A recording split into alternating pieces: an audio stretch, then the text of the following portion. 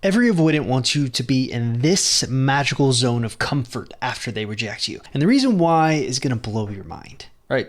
So have you ever heard of something called neural activation? Basically, it's what happens in your brain when you feel something intense. Think joy or fear or heartbreak.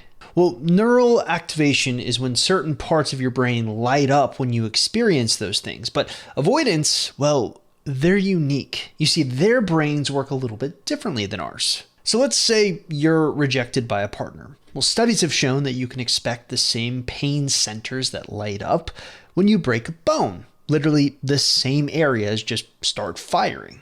Heartbreak, kind of hurts.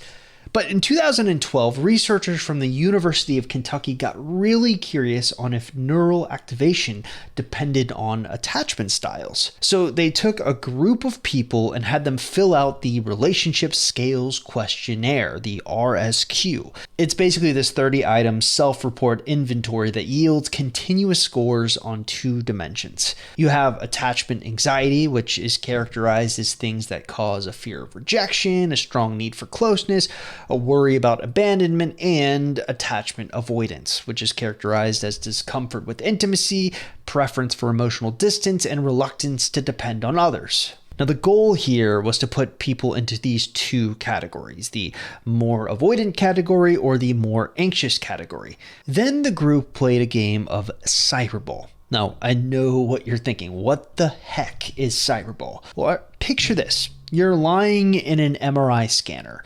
You're staring at a screen, and on the screen is a simple online ball tossing game with 2 other players. Or at least that's what you're told. Now, at first, everything feels kind of normal. You throw the ball to them, they throw it back to you. You're part of the group. Then halfway through the game, something changes. The other 2 players stop throwing you the ball, and you just sit there watching them toss it back and forth, completely leaving you out. And even though you know it's just a game, your brain doesn't. It reacts the same way it would if 2 friends just suddenly stopped talking to you at a party. You feel rejected, confused, maybe even a little bit angry. Meanwhile, the MRI is tracking which parts of your brain light up while that's happening. Now, the findings for this experiment were pretty fascinating. When people were excluded in that little game, the scan showed something quite remarkable. The same brain regions that process physical pain, the dorsal anterior cingulate cortex and the anterior insula,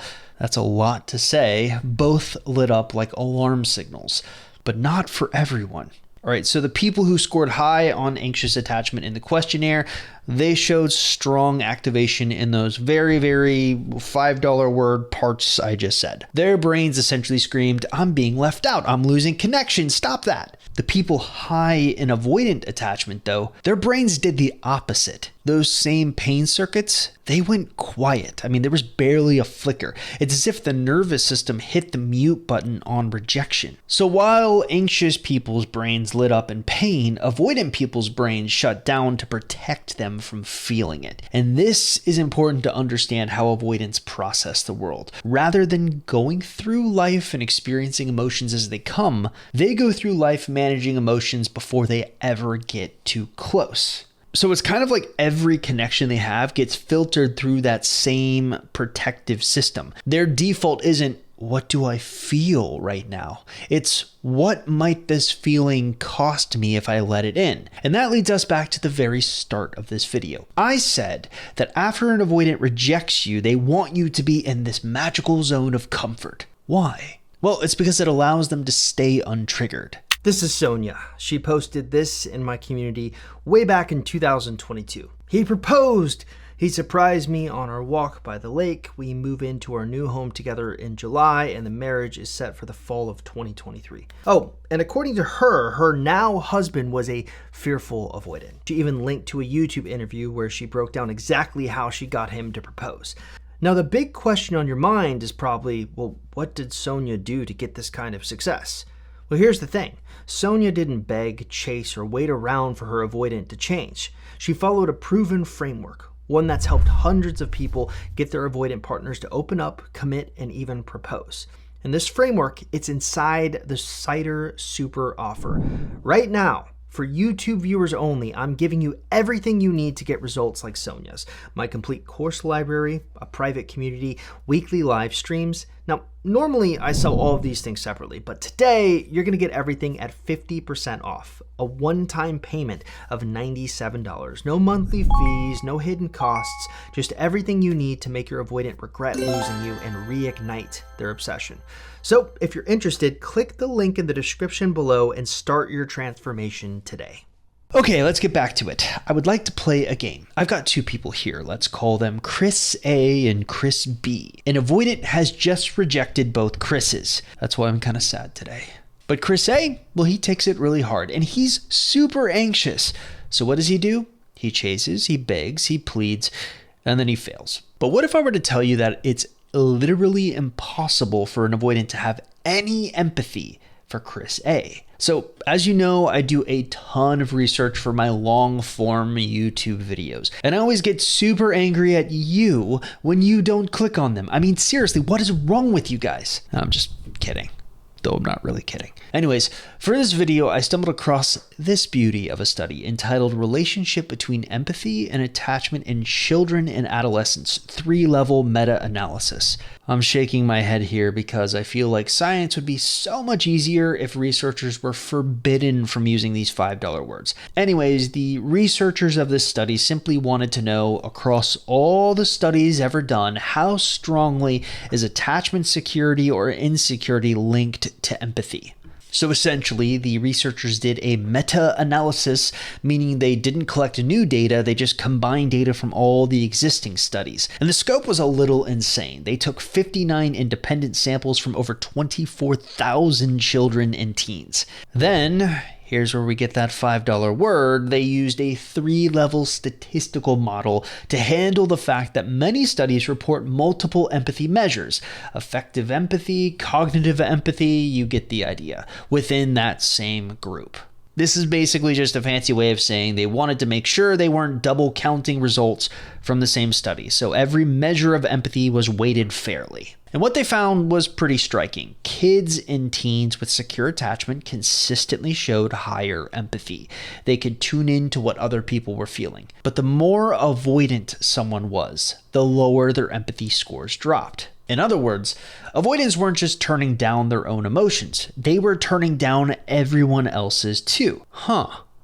That's kind of interesting. It's almost like this study is saying the exact same thing that the other study said that I cited earlier. Who would have thunk it? So let's get back to Chris A. So what was it that I said he did? He begged, he pleaded, he chased. Oh, right, he failed. The reason that didn't work is simple. All three, or I guess four, I can't count. All three of those things are really just attempts to trigger empathy.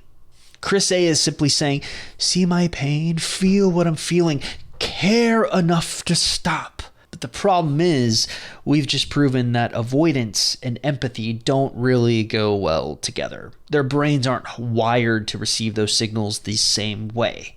So Chris A is trying to reach them through a channel that, neurologically speaking, has static on the line. The more emotion you send, the more they're going to tune it out.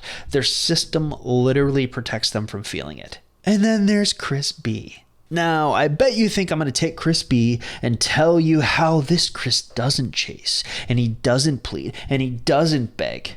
Nope, this Chris is an idiot too. He's going to do all the same things and fail. But Chris B, well, he has a little guardian angel that's going to come down and teach him a secret. I'm calling it the zone of comfort. All right, the story I'm about to tell you is going to seem off topic, but I promise you it's not. Also, the story I'm about to tell you literally happened to me yesterday, so it's really fresh. For about a month, I have been having severe ringing in this ear. Well, okay, there's more to it than that. I'm avoidant, so I tend to avoid things for a very long time. So for about 6 months, both of my ears had been popping nonstop. Didn't really do anything about that. Then about a month ago, this ear started to ring, and at that point, way after the initial problem presented itself, I think, there might be something wrong there. So at that point, I decide it's time to go to a doctor. So I go to the doctor, he runs a bunch of tests, and I end up failing the hearing test. Turns out I've got something called atelectasis of the eardrum. Might have mispronounced it, I don't care. Basically, my eardrum is being sucked inward because it's full of negative pressure. So the doctor, he pulls out this piece of paper that has my hearing results test. And all I see is this squiggly line shaped like a bell curve in this box. Notably though, the squiggly line is outside of the box. Now he points to the squiggly lines and he says, the squiggly lines you see here, yeah, the top of that bell curve is supposed to be in the box. So that's what a normal amount of pressure in the eardrum looks like. Your ears, well, they're outside of the box. And as he's explaining this to me, I'm sitting there realizing, hey, this is kind of how avoidants operate emotionally. All right, let's pull up that little chart graphic again. See that little box on the chart? The one my doctor called normal pressure? Well, that's what I'm calling an avoidance zone of comfort. When everything stays inside that box, not too much pressure, not too much closeness, they're open to connection. But the moment the emotions build up, when someone gets too close or demands too much, as is the case with Chris A., the pressure spikes and their whole system collapses inward to relieve it. They're going to pull back, they're going to shut down, they're going to equalize. So what does that have to do with rejection? Simple. When an avoidant rejects you, they're resetting that pressure. They're trying to get their emotions back inside of the box. But as is always the case with avoidant behaviors, there's a catch. The only way they ever feel safe enough to miss you is when you stop adding pressure altogether, when you step back into your own life, and when you thrive without them. That's the moment that you drift back into their zone of comfort, not because you chase them, but because you stopped needing them to hear you. And lo and behold, that's when the impossible happens. Their nervous system stops defending. They start remembering. The absence stops feeling safe, and it starts feeling like loss. Now let's go back again to Chris B. The only thing that separates Chris B from Chris A is that after failing, Chris B does not chase.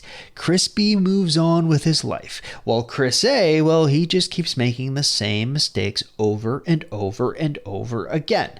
Now, I know you're thinking, okay, cool, I get it. Be like Chris B. But does this zone of comfort negative pressure concept apply to every avoidant? Well, yes. Okay, cool, I get that. But if this applies to every avoidant, why would you even want the avoidant back? Wouldn't living in this constant fear that they're going to fall out of that zone of comfort just make for a miserable relationship? Not necessarily. So let's pull up the zone of comfort graphic again. By default, an avoidance zone of comfort is pretty small. Tiny, really. You can see that here. What that really means is that they can only tolerate so much emotional closeness before the pressure builds and their system starts looking for a release valve. But here's something that no one ever talks about. That zone isn't fixed. It can expand. So when an avoidant is paired with someone who is secure, someone who is calm and consistent and self-contained, that little box can actually start to widen. Why? Well, because secure people don't create emotional pressure. They just create stability. They don't force the avoidant to feel before they're ready. They model what safety looks like. Now, over time, that consistent calm allows the avoidant's nervous system to relax. Their threshold for connection grows. They stop needing to reset through distance because distance stops feeling like the only safe option. That's what healing actually looks like. Not chasing them into the box, not waiting outside of it forever, but becoming the kind of person whose own emotional regulation naturally just expands it. So yeah, every avoidant wants you to live inside their zone of comfort after they reject you. But if you stay grounded long enough, that same zone can grow wide enough for both of you to actually breathe.